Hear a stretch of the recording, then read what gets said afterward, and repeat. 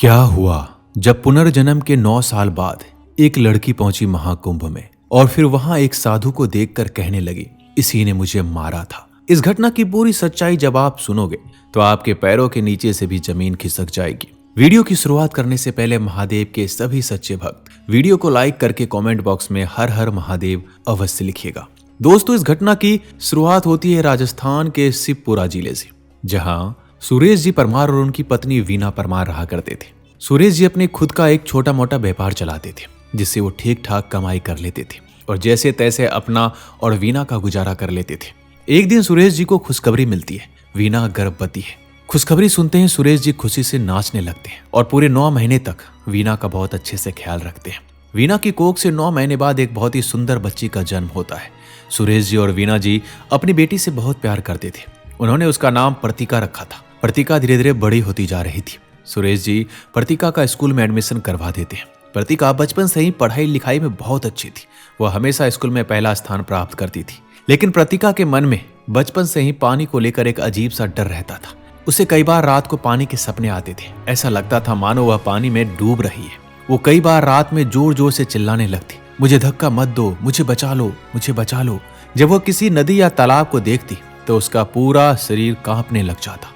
सुरेश जी ने कई बार कई सारे डॉक्टरों से इस बारे में बात की और प्रतिका का इलाज करवाने की बहुत कोशिश की, लेकिन डॉक्टरों को भी प्रतिका की तकलीफ के बारे में कुछ समझ नहीं आ रहा था। सुरेश जी और उनकी पत्नी प्रतिका को लेकर अब बहुत ही ज्यादा चिंतित रहने लगे थे, क्योंकि जब भी प्रतिका किसी नदी या तालाब को देखती वह बेहोशी की हालात में आ जाती थी। उसकी तबीयत अचानक से बहुत ही ज्यादा बिगड़ने लग जाती थी, मानो जैसे कोई उसे नदी में जबरदस्ती धक्का दे रहा हो। वो ऐसे बर्ताव करने लगती थी और वहां से भागने लगती थी। दोनों पति पत्नी को समझ नहीं आ रहा था आखिरकार प्रतिका के मन में ऐसा क्या डर है जो उसे आज तक परेशान कर रहा है।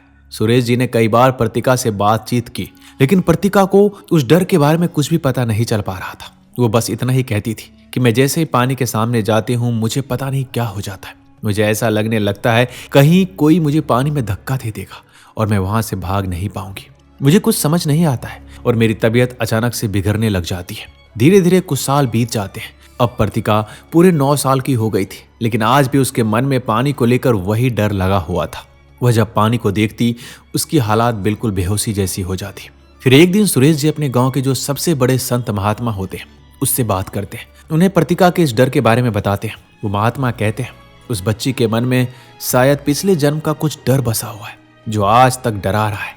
जिस दिन उसे अपने पिछले जन्म की सारी बातें याद आएगी वह एक एक करके तुम्हें बता देगी और तुम्हें पता चल जाएगा कि आखिर उसके साथ ऐसी कौन सी घटना घटी जिसके कारण उसके मन में ये डर है। लेकिन तब तक तुम एक काम करो, साल 2025 में प्रयागराज में सदी का सबसे बड़ा महाकुंभ लगने वाला है। ये महाकुंभ पूरे 144 सालों के बाद आ रहा है। जो भी भक्त इस महाकुंभ में एक बार आस्था की डुबकी लगा लेता है उसके जीवन की सारी परेशानियों का अंत हो जाएगा और उसके सभी डर एक डुबकी से ही नष्ट हो जाएंगे। तुम अपनी बेटी और अपने परिवार के साथ उस महाकुंभ में जाओ और एक बार अपनी बेटी को वहां गंगा नदी में शाही स्नान करवाओ। फिर देखना उसके मन से सारा डर अपने आप निकल जाएगा।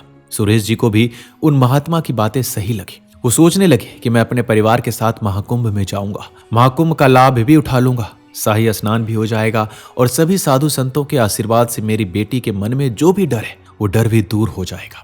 सुरेश जी अपनी पत्नी और प्रतिका की टिकट करवा लेते हैं और कुछ दिनों के बाद वह अपने परिवार के साथ प्रयागराज महाकुंभ पहुंचते हैं। सुरेश जी प्रयागराज में प्रतिका को लेकर कई सारे साधु संतों के पास जाते हैं और सभी साधु संतों का आशीर्वाद प्राप्त करते हैं। प्रतिका अब थोड़ा अच्छा महसूस कर रही थी।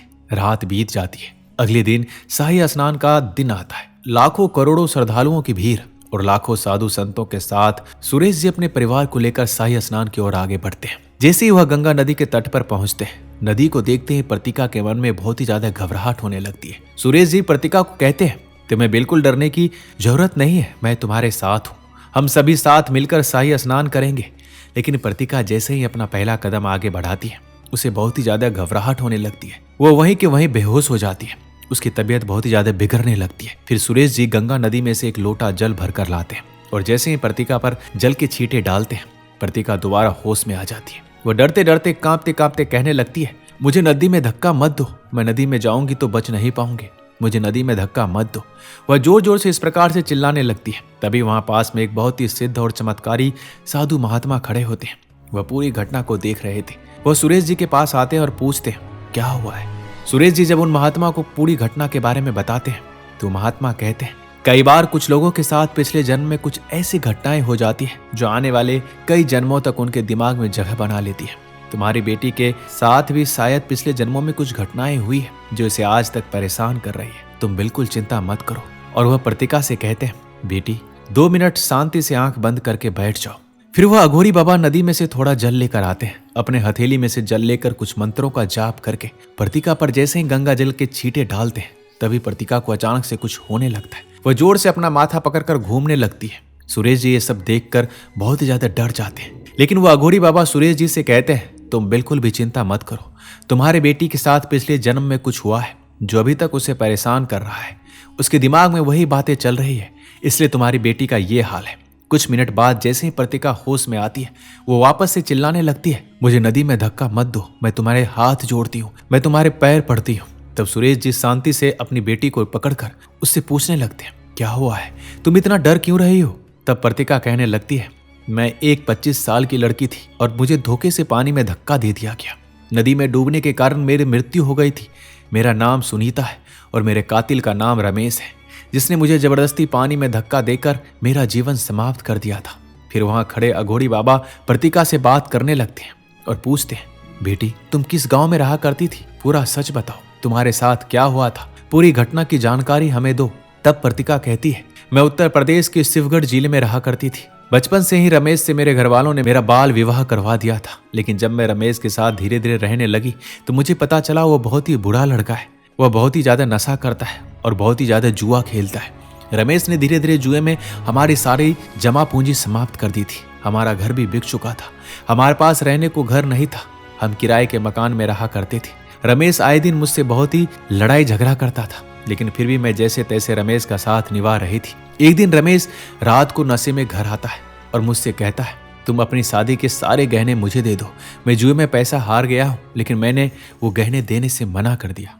उस बात पर हमारा बहुत ही बड़ा झगड़ा हुआ। फिर अगले दिन सुबह के समय रमेश मुझे गांव के नदी के किनारे घुमाने के लिए ले जाता है। हम दोनों वहीं नदी किनारे घूम रहे थे। तभी मौका देखते ही रमेश अचानक से मुझे नदी में धक्का दे देता है। मुझे तैरना नहीं आता था और फिर मैं उस नदी के प्रवाह में बह जाती हूँ। प्रतिका जैसे ये सब सच बोलकर अपनी आंखें खोलती है, सुरेश जी और वो अघोरी बाबा एक दूसरे को देखने लगते हैं। फिर वो अघोरी बाबा सुरेश जी को बताते हैं, इस बच्ची का तुम्हारे परिवार में पुनर्जन्म हुआ है।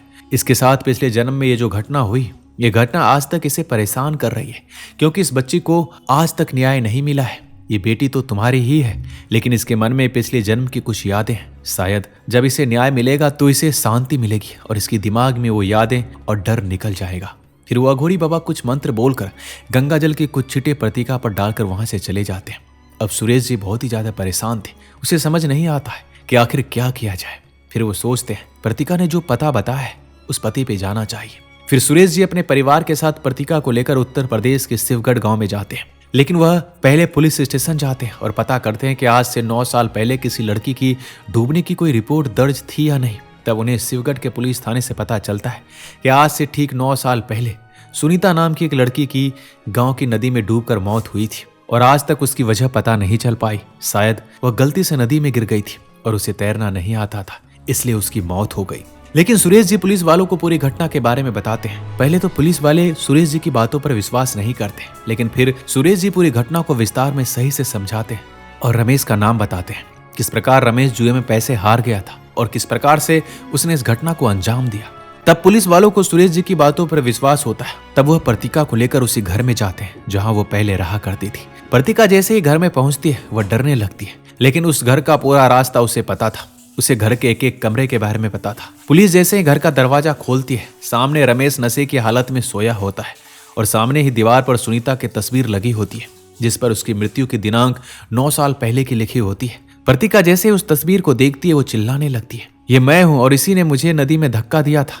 पुलिस रमेश को वहीं के वहीं गिरफ्तार कर लेती है और रमेश कहने लगता है कि ये झूठ है, ये लड़की झूठ बोल रही है। लेकिन पुलिस रमेश को लेकर पुलिस थाने आती है और रमेश का रिमांड लेती है। जब रमेश पुलिस की हिरासत में होता है और रमेश का रिमांड शुरू होता है, तब रमेश कुछ ही मिनटों में सच्चाई बता देता है और कहता है, हाँ ये 9 साल की लड़की सच कह रही है। मैं बहुत ही ज्यादा कर्ज में डूबा हुआ था, अपना घर खेत सब कुछ बेच चुका था और मैंने अपनी पत्नी से उसके गहने मांगे क्योंकि मुझे कर्ज चुकाना था। लेकिन जब उसने गहने देने से मना कर दिया, तब मैंने ये योजना बनाई। मैंने उसे नदी में धक्का दे दिया।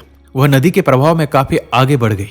फिर मैं घर आया और तिजोरी से उसके सारे गहने चुरा कर जुए में वह गहने हार गया। पुलिस जैसे ही ये सच सुनती है वह रमेश के खिलाफ केस दर्ज करती है और फिर कानून रमेश को उम्र कैद की सजा सुना देता है। प्रतिका को जैसे ये खबर पता चलती है वह बहुत ही खुश होती है क्योंकि उसे न्याय मिल चुका था। वो वापस गांव की उस नदी पर जाती है जहां रमेश ने उसे पिछले जन्म में धक्का दिया था और उस नदी को झुककर प्रणाम करती है। अब प्रतिका के मन से धीरे धीरे पानी का डर जाने लगा था। अब वो धीरे धीरे नदी में स्नान करना प्रारंभ कर देती है। जब सुरेश जी देखते हैं कि प्रतिका के मन से पूरी तरीके से पानी का डर अब निकल चुका है तो उन्हें बहुत खुशी होती है। वो अपनी बेटी को खुश देखकर बहुत ही खुश हो गए थे। दोस्तों, इस घटना को लेकर आपका क्या कहना है? क्या पुनर्जन्म की इस प्रकार की घटनाएं आज भी हो सकती है? अपनी राय हमें कमेंट में अवश्य लिखिएगा। मिलते हैं अगले वीडियो में। अपना ख्याल रखिएगा।